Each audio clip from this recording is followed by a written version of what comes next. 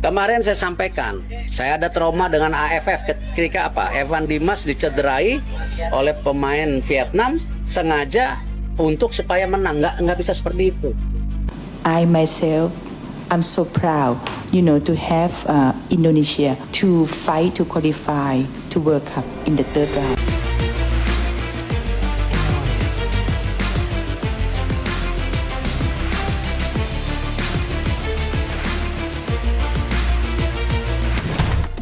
Berikut ini kami akan membagikan kumpulan berita timnas terbaru nih, diantaranya sebagai berikut.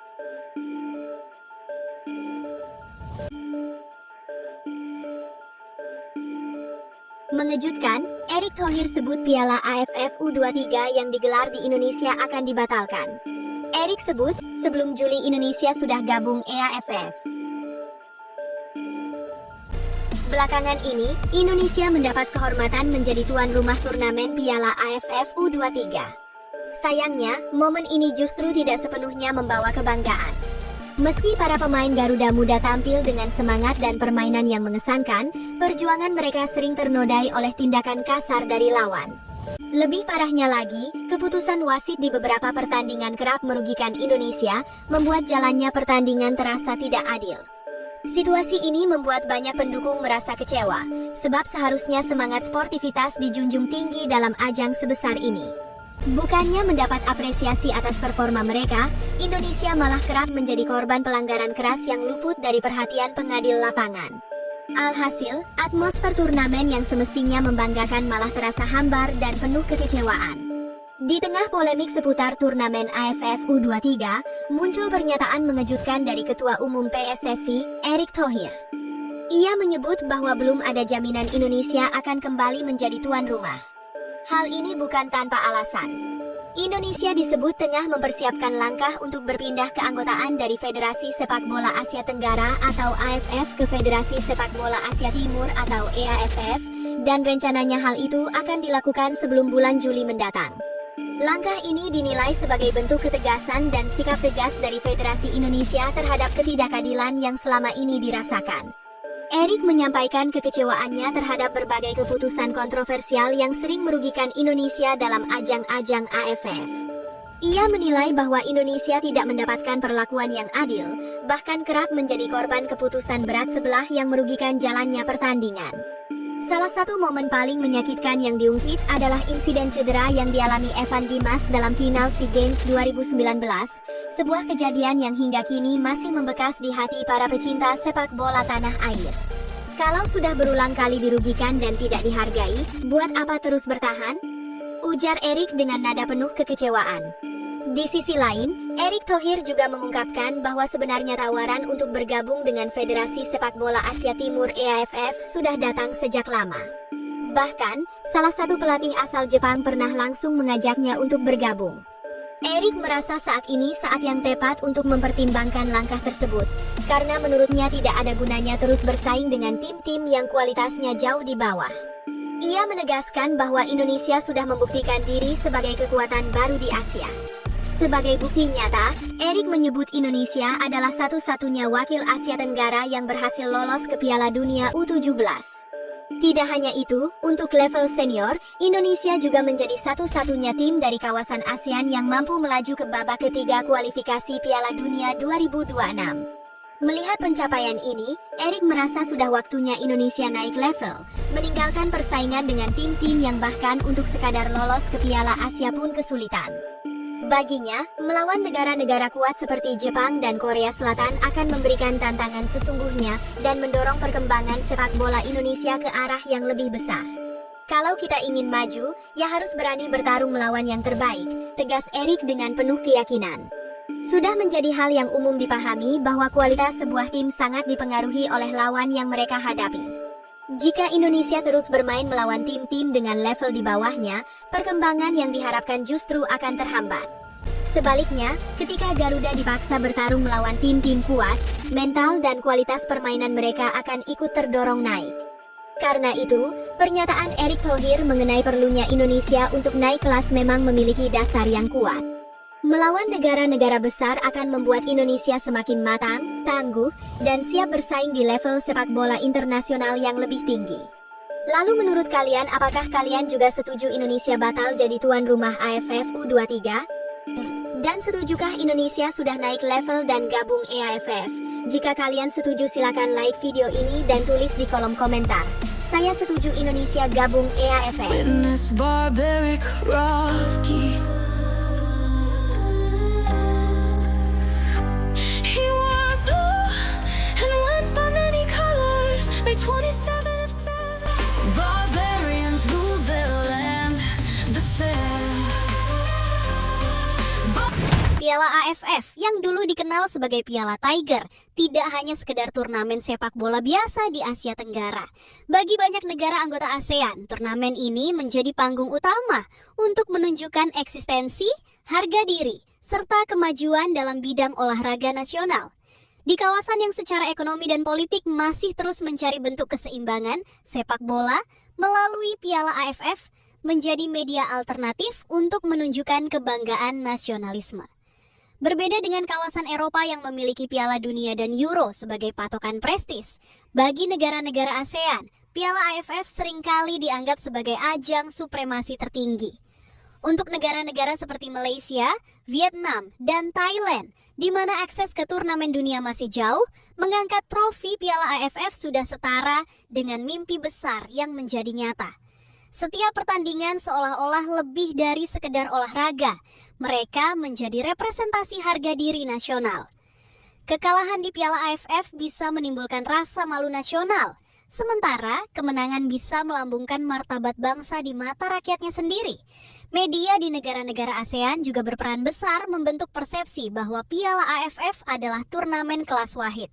Dengan peliputan masif, dramatisasi cerita tim nasional, dan glorifikasi kemenangan, masyarakat tumbuh dengan persepsi bahwa sukses di Piala AFF adalah keberhasilan besar. Di Malaysia, kemenangan Piala AFF 2010 dibingkai sebagai kebangkitan sepak bola nasional. Di Vietnam, keberhasilan di edisi 2008 dan 2018 dirayakan bagaikan pesta nasional. Parade kemenangan, penghargaan negara, hingga bonus besar-besaran untuk pemain menjadi bukti betapa besarnya makna turnamen ini di benak rakyat. Piala AFF bukan hanya pertarungan di atas lapangan, tetapi juga telah berubah menjadi perang psikologis di media sosial. Setiap kemenangan dan kekalahan, khususnya yang melibatkan Indonesia, menjadi bahan bakar untuk perang narasi di dunia maya. Negara yang paling menonjol dalam merayakan keberhasilan mereka, sekaligus mengejek kegagalan Indonesia, adalah Malaysia dan Vietnam. Malaysia memiliki sejarah rivalitas panjang dengan Indonesia, tidak hanya dalam sepak bola, tetapi juga di bidang budaya, politik, hingga ekonomi. Dalam konteks Piala AFF, setiap kemenangan Malaysia atas Indonesia, sekecil apapun, sering dijadikan alat ejekan nasional. Media Malaysia kerap memuat headline provokatif setiap kali berhasil mengalahkan atau bahkan hanya menyingkirkan Indonesia dari turnamen. Pada tahun 2010, setelah Malaysia menjuarai Piala AFF dengan mengalahkan Indonesia di final, gelombang ejekan yang sangat besar muncul, menggambarkan Malaysia sebagai raja baru Asia Tenggara dan Indonesia sebagai runner-up abadi. Bagi publik Malaysia, mengejek Indonesia bukan semata-mata soal sepak bola, tetapi seolah menjadi bagian dari mengukuhkan superioritas di antara dua bangsa yang memiliki sejarah kompetitif panjang. Vietnam dengan kemajuan pesat di dunia sepak bola dalam 1 dekade terakhir menggunakan pendekatan berbeda. Mereka lebih halus dalam menyindir Indonesia, tetapi tidak kalah menusuk. Media Vietnam kerap menyoroti bagaimana Indonesia dianggap hanya besar nama, namun minim prestasi konkret di level regional. Beberapa outlet berita Vietnam menyebut Indonesia sebagai Garuda Kertas. Kuat dalam sorotan media, tetapi lemah di lapangan. Di media sosial, supporter Vietnam sering membandingkan konsistensi tim nasional mereka dengan kegagalan Indonesia meraih satu pun gelar Piala AFF. Pada tahun 2018, saat Vietnam menjuarai Piala AFF, banyak komentar yang menyebut bahwa saat ini Vietnam sudah meninggalkan Indonesia dan bahwa Indonesia tidak lagi layak dianggap pesaing utama. Malaysia dan Vietnam tidak hanya membanggakan keberhasilan mereka di Piala AFF, mereka menjadikan kekalahan Indonesia sebagai bagian dari ritual kemenangan. Ejekan dan sindiran, baik yang kasar maupun halus, menjadi bagian tak terpisahkan dari perayaan mereka. Bagi Indonesia, ini bukan hanya tantangan untuk berprestasi di lapangan, tetapi juga tantangan untuk menguasai narasi, memperbaiki mentalitas, dan membangun kebanggaan nasional yang lebih besar dari sekadar perebutan trofi regional. Lama tertidur, lama diremehkan. Itulah kondisi Timnas Indonesia sebelum tahun 2023. Ejekan demi ejekan datang silih berganti, menyusup ke telinga para pecinta sepak bola nasional bak racun yang menumpulkan semangat. Dari Malaysia yang selalu merasa paling unggul di kawasan, hingga Vietnam yang mulai berani menyebut dirinya Raja ASEAN, semuanya tak pernah lelah menjadikan Indonesia sebagai bahan olok-olokan. In this barbaric Rocky, he wore blue and went by many colors, made 27 of 7. Barbarians rule their land, the sand. Garuda dianggap tak lagi bertaji, hanya sekedar penggembira turnamen, penghuni tetap dasar klasemen. Ketika negara-negara tetangga sudah memiliki trofi Piala AFF, Indonesia dianggap tertinggal, usang, dan terlalu sibuk berbenah tanpa hasil. Untuk waktu yang lama, Timnas Indonesia seperti tertidur lelap di tengah gemuruh sepak bola Asia Tenggara. Ia bukan sekedar tertinggal, ia ditertawakan. Saban kali gagal di lapangan, ejekan datang dari berbagai arah, terutama dari dua tetangga yang merasa sudah lebih tinggi kasta, Malaysia dan Vietnam. Mereka menggonggong keras, menyebut Indonesia sebagai masa lalu, tim mediocre, penggembira tetap dalam tiap turnamen. Namun, mereka lupa satu hal, tidur bukan berarti mati. Namun, seperti sang predator yang terbangun dari tidur panjang, Indonesia akhirnya bangkit. Tahun 2023 menjadi penanda dimulainya era baru. Timnas senior Indonesia secara mengejutkan berhasil lolos ke Piala Asia yang digelar di Qatar. Bukan hanya lolos, Garuda tampil penuh determinasi dan berhasil menembus babak 16 besar. Sesuatu yang bahkan tidak diprediksi oleh para analis. Ini bukan sekedar prestasi, ini tamparan keras bagi mereka yang terlalu lama meremehkan. Atmosfer berubah. Peluang menjadi kenyataan. Tembok mental yang dulu rapuh kini mulai kokoh. Garuda tak hanya bangun, Garuda mulai terbang. Momen itu menjadi titik balik, semacam peringatan keras bagi para tetangga yang terlalu lama menggonggong. Bahwa Indonesia mungkin lambat, tapi tidak pernah menyerah. Bahwa sepak bola Indonesia sedang menulis babak baru dalam kisah panjangnya. Dan sejak saat itu, semuanya tak pernah lagi sama. Keberhasilan ini seperti magnet yang menarik kembali rasa percaya diri bangsa. Lebih dari itu, prestasi itu menjadi panggilan bagi para pemain keturunan berkualitas tinggi, grade A, yang selama ini hanya menjadi wacana.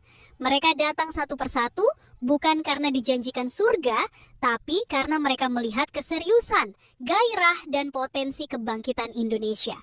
Mereka ingin menjadi bagian dari sejarah baru. Mereka ingin mengenakan baju merah putih dan berjuang demi lambang Garuda. Tapi Garuda belum puas. Kebangkitannya tak hanya terjadi di level senior. Pada tahun berikutnya, Timnas U33 lolos ke Piala Asia 2024, membawa semangat yang sama, bermain tanpa rasa takut. Dan di turnamen itu, sejarah kembali ditulis. Dalam salah satu pertandingan paling dramatis, Indonesia menumbangkan Korea Selatan melalui adu penalti. Sebuah hasil yang dulu terasa mustahil, kini menjadi nyata. Garuda Muda melaju hingga semifinal, membuktikan bahwa ini bukan kebetulan. Ini hasil dari proses panjang yang penuh darah dan keringat. Meski harus menyerah dari Uzbekistan dan gagal melaju ke Olimpiade usai kalah dari Guinea, bangsa ini tetap berdiri dengan kepala tegak. Kekalahan bukan akhir, itu adalah bagian dari perjalanan. Perjalanan menuju puncak, seolah-olah langkah Indonesia tak bisa dihentikan. Layaknya monster yang telah terbangun, semua kelompok umur bergerak bersama. Timnas U20 dan U17 juga berhasil menembus putaran final Piala Asia, sebuah pencapaian kolektif yang belum pernah terjadi sebelumnya. Seolah ingin menunjukkan bahwa kebangkitan ini bukan insiden tunggal, melainkan gerakan nasional. Namun, saat para tetangga mulai kembali berisik, Indonesia memilih membalas dengan cara paling elegan, berbicara lewat prestasi. Garuda terbang lebih tinggi ketika menjadi satu-satunya wakil Asia Tenggara yang bertahan hingga babak ketiga kualifikasi Piala Dunia 2026. Negara-negara ASEAN satu persatu gugur, tapi Indonesia masih berdiri kokoh di antara para raksasa Asia. Bahkan, jumlah poin Indonesia menjadi yang tertinggi di antara semua negara Asia Tenggara, mengungguli Thailand, mengungguli Vietnam, mengungguli mereka yang dulu menggonggong paling nyaring. Dan di tengah kerasnya persaingan, Indonesia masih memiliki peluang untuk meraih tiket otomatis ke Piala Dunia, bersaing bersama tim-tim seperti Jepang dan Australia. Peluang itu memang tidak besar, tapi satu hal yang pasti, rakyat Indonesia percaya. Karena mereka sudah melihat sendiri bahwa keajaiban bukan hal mustahil jika diperjuangkan dengan sungguh-sungguh. Bak mimpi indah yang perlahan menjadi nyata, Indonesia tak berhenti mengejutkan.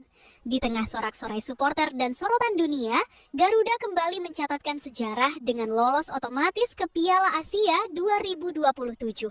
Karena konsistensinya dan reputasi yang telah mereka bangun. Sementara itu, Malaysia dan Vietnam harus kembali berjibaku dan bersusah payah di jalur kualifikasi, menyaksikan Indonesia duduk nyaman di singgasana dengan segelas kopi sambal menikmati alunan lagu Garam dan Madu, syahdu, dan penuh rasa puas.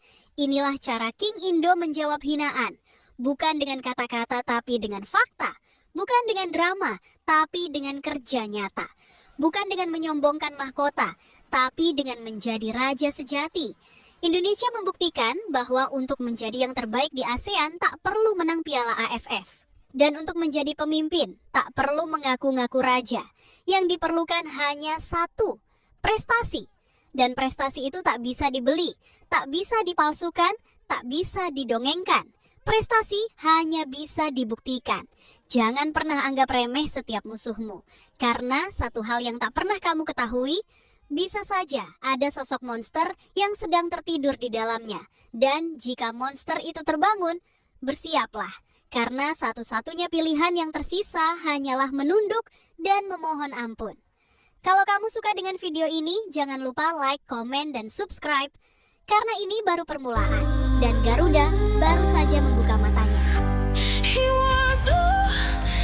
Mengejutkan, seketika publik dibikin gempar, legenda Malaysia Safeh Salih minta FAM minta maaf ke PSSI. Menurutnya, FAM sudah terlalu jauh, menyalahkan PSSI atas keputusan FIFA yang membatalkan laga ASEAN All Stars. Dunia sepak bola Asia Tenggara kembali diguncang oleh sebuah pernyataan yang tak terduga dari seorang legenda sepak bola Malaysia, Safeh Salih. Dalam sebuah wawancara yang kini tengah viral, Safeh menyatakan pendapatnya yang mengejutkan publik dengan meminta Federasi Sepak Bola Malaysia, FAM, untuk meminta maaf kepada Persatuan Sepak Bola Seluruh Indonesia, PSSI. Safeh menilai bahwa langkah FAM yang menyalahkan PSSI atas kegagalan pertandingan antara ASEAN All Stars dan Manchester United adalah tindakan yang sangat tidak profesional dan jauh dari etika olahraga yang seharusnya dijunjung tinggi. Pernyataan ini tentu saja membangkitkan berbagai reaksi, baik dari kalangan pengamat sepak bola hingga para penggemar sepak bola di Asia Tenggara. Banyak yang terkejut dan memuji keberanian Safeh dalam berbicara terbuka mengenai masalah yang sensitif ini, meskipun ia berisiko mendapat kritik dari pihak FAM dan masyarakat Malaysia. Namun, apa yang disampaikan Safeh tidak bisa begitu saja dikesampingkan. Sebagai mantan pemain yang telah berkarir lama di dunia sepak bola, ia tentu memiliki pandangan yang lebih dalam mengenai dinamika yang terjadi dalam dunia sepak bola ASEAN, dan tidak jarang pandangannya yang tajam justru memberikan perspektif yang sangat berharga. Saya rasa kita sudah terlalu jauh. Saya pribadi merasa sangat prihatin dengan cara FAM menangani masalah ini. Kita harus lebih dewasa dalam menyikapi masalah yang ada dan jangan langsung mencari kambing hitam. PSSI juga memiliki hak untuk menjaga integritas mereka. Begitu juga dengan kita. Sebagai negara tetangga, kita harusnya mendukung satu sama lain untuk memajukan sepak bola di kawasan ini, ungkap Safeh Salih dengan tegas. Pernyataan Safeh ini tentu memicu banyak diskusi tentang bagaimana Federasi Sepak Bola di kawasan Asia Tenggara seharusnya lebih saling menghargai dan bekerja sama untuk meningkatkan kualitas kompetisi dan hubungan antar negara. Selama ini, hubungan antara negara-negara ASEAN memang kerap dihiasi oleh persaingan yang ketat. Namun di sisi lain, Seharusnya ada rasa saling mendukung demi perkembangan sepak bola di Asia Tenggara yang lebih maju. Namun, dengan kejadian terbaru ini, sepertinya ada celah yang memperlihatkan bahwa profesionalisme dalam pengelolaan sepak bola internasional di kawasan ini masih perlu diperbaiki. Bagaimana bisa ASEAN All Stars, sebuah pertandingan yang seharusnya menjadi ajang bergengsi yang mempertemukan pemain terbaik dari Asia Tenggara melawan tim besar dunia seperti Manchester United, bisa berakhir dengan kegagalan? Hal ini tentunya tidak hanya merugikan pihak Indonesia yang terlibat langsung, tetapi juga mengorbankan citra sepak bola Asia Tenggara secara keseluruhan. Mengapa? Karena hal ini memberikan kesan bahwa ada ketidaksepakatan internal yang sangat besar yang mencerminkan kurangnya profesionalisme dan etika dalam pengelolaan kompetisi internasional. Dan itulah yang sebenarnya ditekankan oleh Safe dalam komentarnya. Sebagai sesama negara ASEAN, kita seharusnya bisa lebih menghargai dan mendukung satu sama lain. Ketika ada masalah, kita harus duduk bersama dan mencari solusi terbaik, bukan malah saling menyalahkan seperti yang terjadi sekarang. Lanjut Safe. Pernyataan ini bukan sekadar kritik, tetapi juga sebuah seruan untuk perubahan agar sepak bola Asia Tenggara bisa lebih maju dan dihormati di dunia internasional. Jika semua pihak terus bersikap seperti ini, sulit bagi sepak bola di kawasan ini untuk berkembang dan meraih pengakuan global yang seharusnya. Sebagai pengingat, masalah yang terjadi berawal dari kontroversi besar mengenai perekrutan pemain yang dilakukan oleh AFF yang dinilai melanggar prosedur resmi. AFF berusaha mengadakan pertandingan antara ASEAN All Stars dan Manchester United. Namun masalah ini membesar karena perekrutan pemain dari Indonesia tanpa persetujuan resmi dari PSSI. PSSI yang merasa dirugikan, kemudian menolak keras pengambilan keputusan tersebut. Dan akhirnya FIFA ikut campur untuk membatalkan pertandingan yang seharusnya sangat dinantikan oleh banyak penggemar sepak bola. Kegagalan ini membuat FAM, sebagai tuan rumah yang rencananya akan menggelar pertandingan ini, melampiaskan kemarahan kepada PSSI, menyalahkan mereka atas batalnya laga bergengsi tersebut. Namun, bagi Safe, langkah ini adalah sebuah kesalahan besar. Saya mengerti ketegangan yang terjadi, namun kita harus bijak. Menyalahkan PSSI hanya akan memperburuk hubungan dan mencoreng nama baik sepak bola Malaysia. Kita harus meminta maaf kepada PSSI dan bukan terus-menerus menuding mereka sebagai pihak yang bersalah, tegasnya. Melihat dari perspektifnya, Safe bukan hanya berbicara mengenai masalah antara PSSI dan FAM, tetapi juga tentang bagaimana federasi-federasi sepak bola di Asia Tenggara harus belajar untuk menyelesaikan perbedaan dengan cara yang lebih matang. Sebagai contoh, Safe merasa bahwa meskipun PSSI tampak keras dalam menghadapi masalah ini, mereka sebenarnya berjuang untuk menjaga integritas sepak bola Indonesia yang semakin berkembang. PSSI, menurut Safe, bertindak dengan cara yang sangat bijaksana dan profesional untuk melindungi hak-hak mereka dalam kerangka yang lebih besar dari kompetisi internasional.